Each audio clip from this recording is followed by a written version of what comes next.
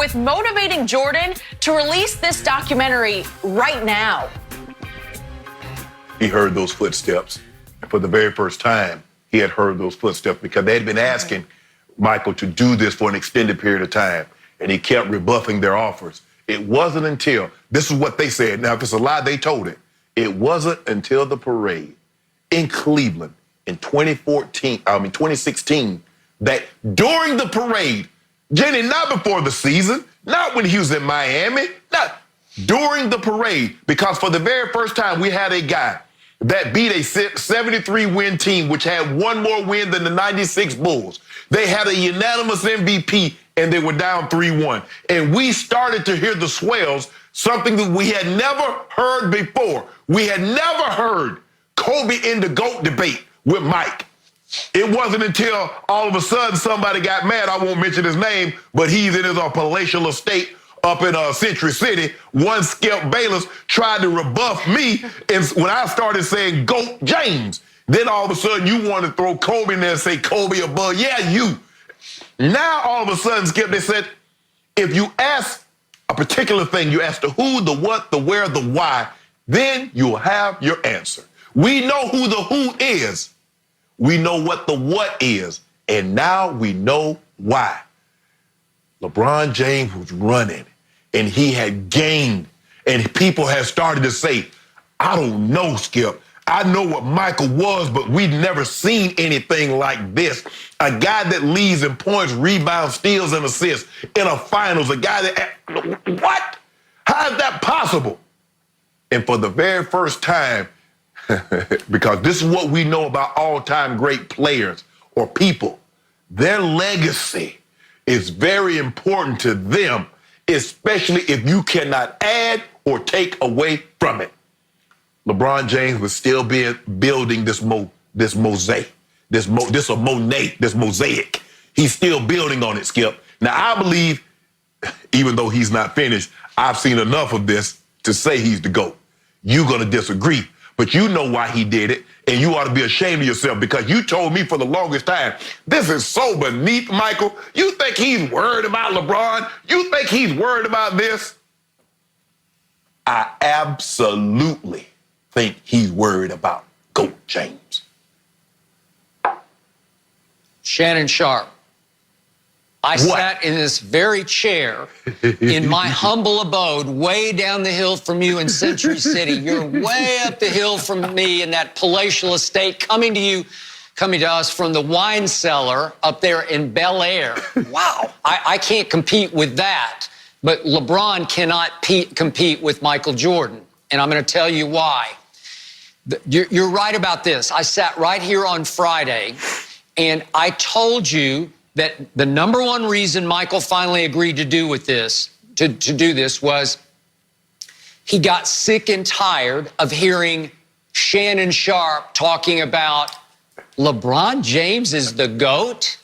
And I also told you, and we're going to talk about this later, but I mentioned this to you on Friday. I gave you two reasons. And the second reason was Michael is so sick and tired of hearing people like me bring up the fact that he's the worst GM and team builder in the history of pro basketball because in the 14 years he has run the Charlotte franchise as the basketball man, as the Jerry Krause. They've made the playoffs 3 times in 14 years and have yet to win a single playoff series. And they're woeful again this year, and they're not going to make the playoffs if, in fact, we have any playoffs. So that would be 15 years.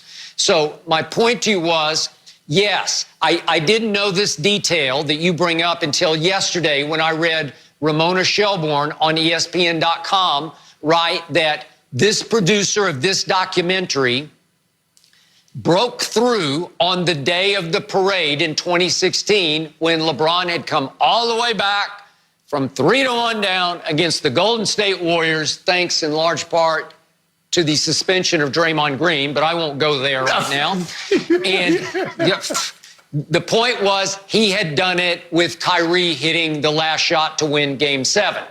So Michael finally relented after so many big, like, star filmmakers. Spike Lee had tried to do a documentary on LeBron, but LeBron finally signed off because this producer had done the Allen Iverson documentary. And I believe it was a 30 for 30 on ESPN. And Michael said, man, I love that. And I watched it 3 times. So suddenly on parade day in 2016, at that point, Michael was 53 years of age. He's now 57 years of age. I think it hit him. I got to fight fire with fire. I'm not on social media. That's beneath me. I'm not going to do Instagram. I'm not going to do Twitter. I'll do this one and only documentary. I'm going to do an epic documentary that is now supposed to be 10, as we know, 10 episodes. So he said, I'm going to do it in one fell swoop, and I'm going to sign off on all that behind-the-scenes footage that the NBA was allowed to shoot and keep in its archives off 97, 98 that hadn't seen the light of day. And yet Adam Silver and Michael had a deal in place whereby it would never see the light of day until both agreed it was okay. So not until 2016 did Michael sign off on it. And not until right now did Michael sign off on releasing it.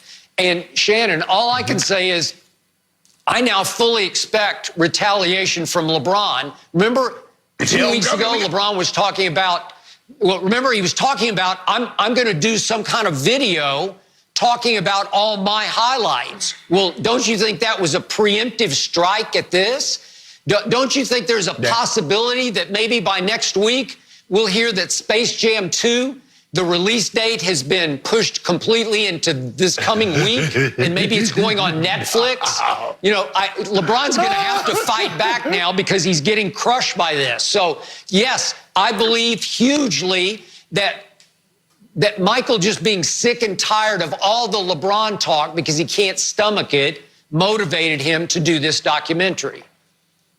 And you, Skip, you said, and what Michael did, Skip, he's like you said, he's not on social media. He's not giving a whole lot of interviews. He says, here, watch this, and then get back to me. Skip, when I said Kobe, like, look, the thing is with Kobe is a historically great player. You could arguably say he's top 10, top 5, whatever you want to rank him. But it's hard to say that he's the GOAT when everything he did, he stole from Mike.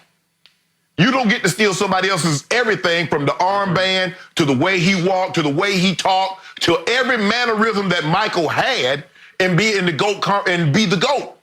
LeBron did it a totally different way. Like I said, Magic. LeBron has always been more Magic Johnson than Michael Jordan.